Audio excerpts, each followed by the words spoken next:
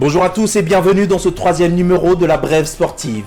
Démarrons notre bulletin avec les éléphants de Côte d'Ivoire. Qualifiés pour la Coupe du Monde 2026, la Côte d'Ivoire entame sa préparation pour la CAN 2025 au Maroc. Pour la fenêtre de novembre, Emers Faé était face à la presse ce mercredi pour délivrer sa traditionnelle liste des éléphants convoqués. Donc la liste pour les deux prochains matchs amicaux contre l'Arabie Saoudite et Oman.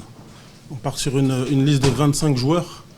Sont avec nos gardiens de but Yaya Fofana, Momo Kone et Alban Lafont.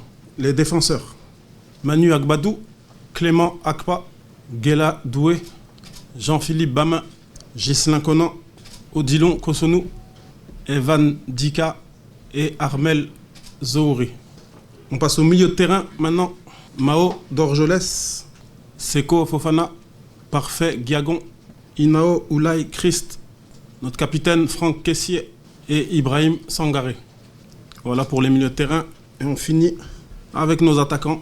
Oumar Diakité, Ahmad Diallo, Yann Diomandé, Evan Guessan, Sébastien Haller, Richard Koné, Bazoumana Touré et Bayo Vakoun.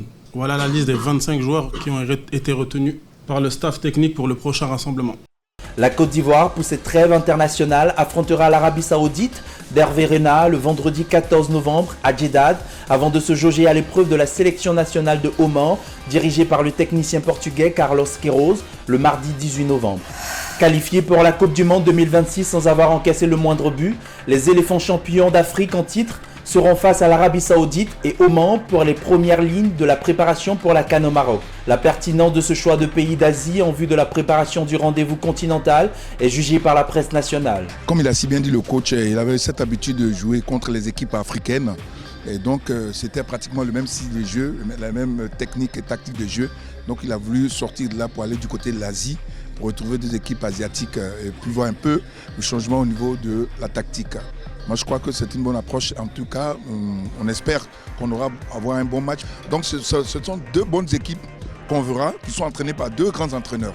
La pertinence de jouer contre l'Arabie Saoudite et Oman. Moi, je pense que l'Arabie Saoudite, c'est une très bonne équipe qui est entraînée par un très grand entraîneur qui est une bonne connaissance des Ivoiriens, qui est Hervé Renard. Donc, je pense que c'est une équipe solide que les éléphants doivent traîner. Maintenant, Oman, bon, c'est une équipe, nous tous nous avons décrié, mais le coach l'a dit, il cherchait des équipes. On ne peut pas avoir des équipes en Europe parce qu'en ce moment, ils sont en train de jouer les éliminatoires de la Coupe du Monde.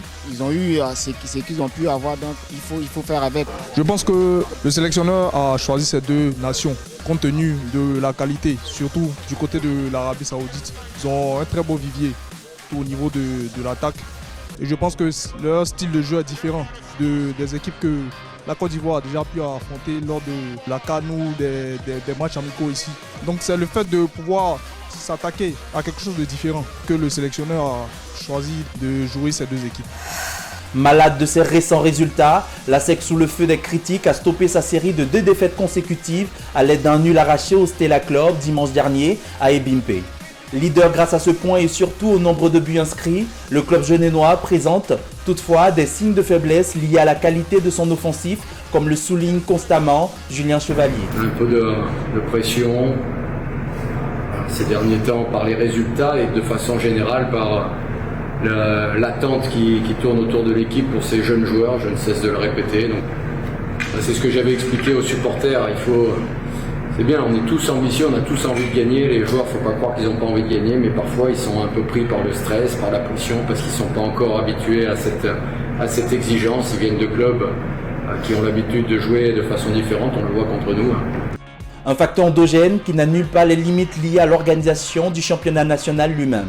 À ce niveau, le technicien français ne fait pas de cadeau, ni à la ligue professionnelle dont le matériel est jugé inadéquat, ni à l'arbitrage pointé du doigt, une nouvelle fois. Il y a beaucoup de paramètres que je ne cesse de dénoncer, et on l'a vu encore aujourd'hui, entre les ballons, j'en parle encore, je suis obligé, c'est des ballons d'un très faible niveau, et l'arbitrage, je ne qualifierais pas le niveau. Pour cela, il faut garder foi en nous, même s'il y a beaucoup d'adversité, et de choses qui sont difficiles à accepter et à comprendre.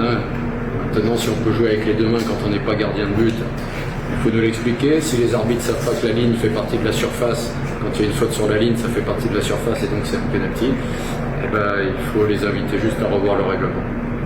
Ce constat, s'il ne dilue pas l'ambition de la SEC, souligne pourtant un niveau de championnat tiré vers le bas, au sein duquel la bataille dans le haut du tableau s'annonce très serrée. Peut-être plus relevé. Le fait que ce soit serré, je ne sais pas si ça veut dire que c'est relevé. Peut-être que c'est serré par le bas, peut-être c'est serré grâce à des interventions extérieures, des lacunes de l'arbitrage. Donc voilà, il y a plein de raisons qui font que le championnat, en tout cas, il sera serré.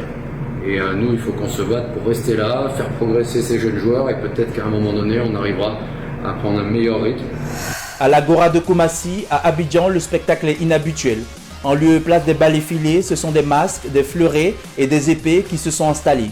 La raison, c'est la préparation de la sélection cadette des escrimeurs ivoiriens qui affûtent leurs âmes en vue des 4e Jeux africains de la jeunesse prévus du 10 au 20 décembre prochain en Angola.